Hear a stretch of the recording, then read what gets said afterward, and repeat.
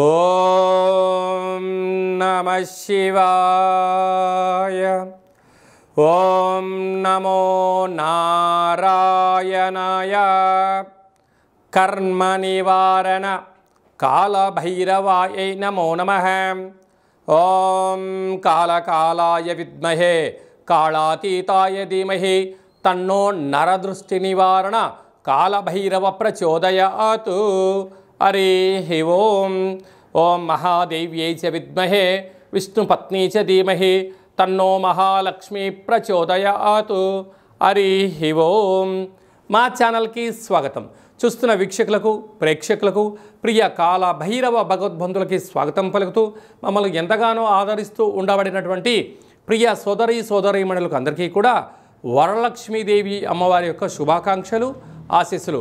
శ్రావణ మాసంలో అందరికీ శుభాలను జయాలను ఐశ్వర్యాలను ప్రసాదించాలని విద్యార్థులకు విద్యాలక్ష్మిగా, ఉద్యోగస్తులకు ఉద్యోగలక్ష్మిగా, వ్యాపారస్తులకు వ్యాపారలక్ష్మిగా, ఐశ్వర్యవంతులకు ఐశ్వర్యలక్ష్మిగా ప్రసాదించాలని మనసారా కోరుకుంటూ ఆశీర్వచనం. 1/8/2025 నుండి 15/8/2025 వరకు పుట్టినటువంటి వారందరూ కూడా ముందస్తుగా జన్మదిన శుభాకాంక్షలు. గతంలో వివాహం చేసుకున్న వారికి వివాహ వార్షికోత్సవ శుభాకాంక్షలు. ద్వాదశ రాశుల్లో గ్రహ గమనాల్ని ఓసారి వీక్షింపచేద్దాం. మిథున రాశిలో 12 సంవత్సరముల తర్వాత గురువు మరియు శుక్ర భగవానుడు సంయోగ సంచార స్థితి. కర్కాటక రాశిలో రవిబుధ సంచార స్థితి, బుధాదిత్య రాజయోగము. సింహరాశిలో కేతు సంచార స్థితి, కన్యరాశిలో కేతు సంచార స్థితి, కుంభరాశిలో రాహు సంచార స్థితి, మీనరాశిలో శని భగవానుని వక్రగమన సంచార స్థితితో ద్వాదశ రాశుల్లో గ్రహ గమనాలు ఈ విధంగా ఉన్నాయి. మిథున రాశి వారు శ్రావణమాస సందర్భంగా లక్ష్మీదేవి అమ్మవారికి ఎలాంటి నైవేద్యం పెట్టాలి, ఎలాంటి వస్త్రంతో అలంకరింపచేయాలి, ఎలాంటి చేయడం వలన గ్రహయోగం కలుగుతుందో ఈ వీడియోలో తెలుసుకుందాం.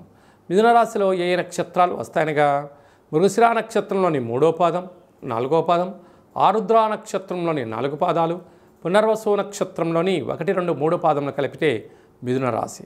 రాశాధిపతి బుద్ధ భగవానుడు.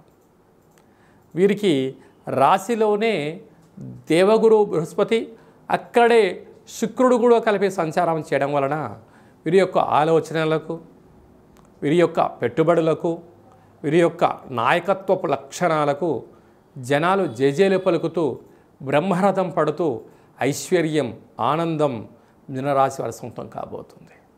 అదే కాకుండా నూతనమైన వస్త్రాలు, బంగారు ఆభరణాలు, గృహాలు, ఇంటికి ఉపయోగపడేటువంటి ఎలక్ట్రానిక్ వస్తువులతో, ఆధ్యాత్మికమైన తీర్థయాత్రలతో ఆనందకరమైన జీవితాన్ని పొందబోతున్నారు.